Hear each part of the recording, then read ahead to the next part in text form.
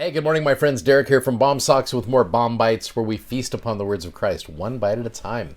So I'm excited this year to study the New Testament with you. Yesterday we went through that little intertestamental period leading you up to where we are at now in the New Testament. Now, this first half is referred to as the Gospels, okay? Gospel means good news, and this is basically four Gospels that are testimonies of four different men, but they're talking about the same thing from their different perspectives. So a lot of it depends on who their audience is. A lot of it depends upon the time period they were speaking as well. This is one of the reasons why I love the various tellings of the first vision from Joseph Smith. I know some people freak out about that. Some people, that's been one of the reasons they struggle with their testimony. For me, it's a testimony to see Joseph Smith sharing this with different individuals at different time periods. And I think we all do that depending upon who our audience is and what their knowledge is and all of that. So I think that's just a normal thing that we all do. So I'm personally grateful for that, and I'm grateful for the Gospels, this good news that is shared from four different individuals. You've got Matthew, Mark, Luke, and John. Now this week we are focusing specifically on Matthew and Luke.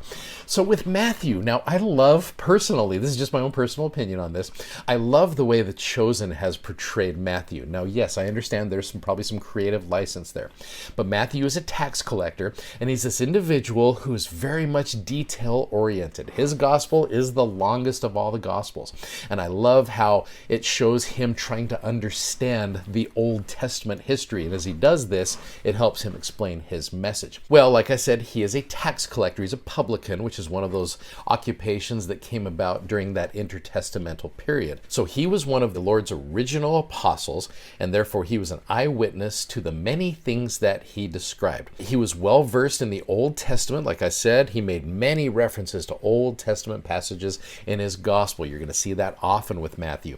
He frequently quoted Old Testament sources in an effort to help the Jews recognize the promised Messiah.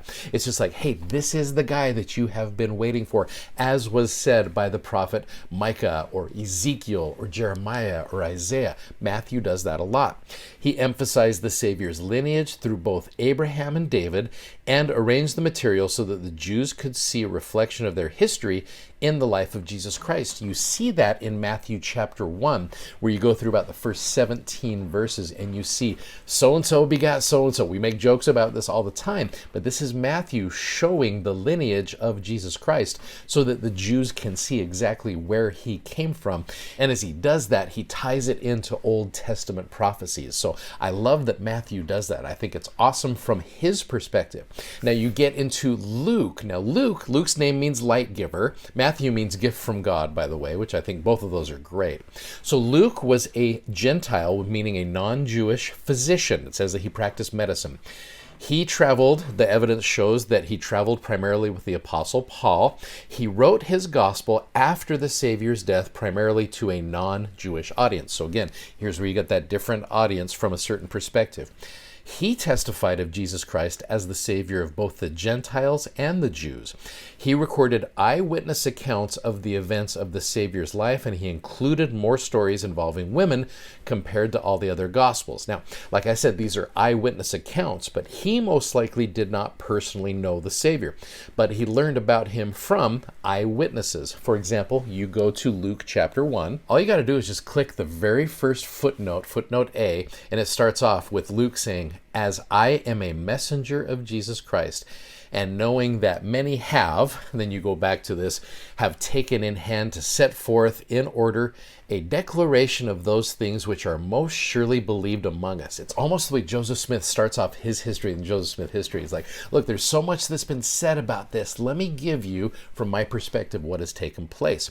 Verse 2, "Even as they delivered them unto us, which from the beginning were eyewitnesses." Like I said, he focuses on these eyewitnesses, which we'll talk about a few of them this week, "and ministers of the word." And again, I love this because this is my opinion on this, but I love the fact that we have four different individuals testifying of Jesus Christ.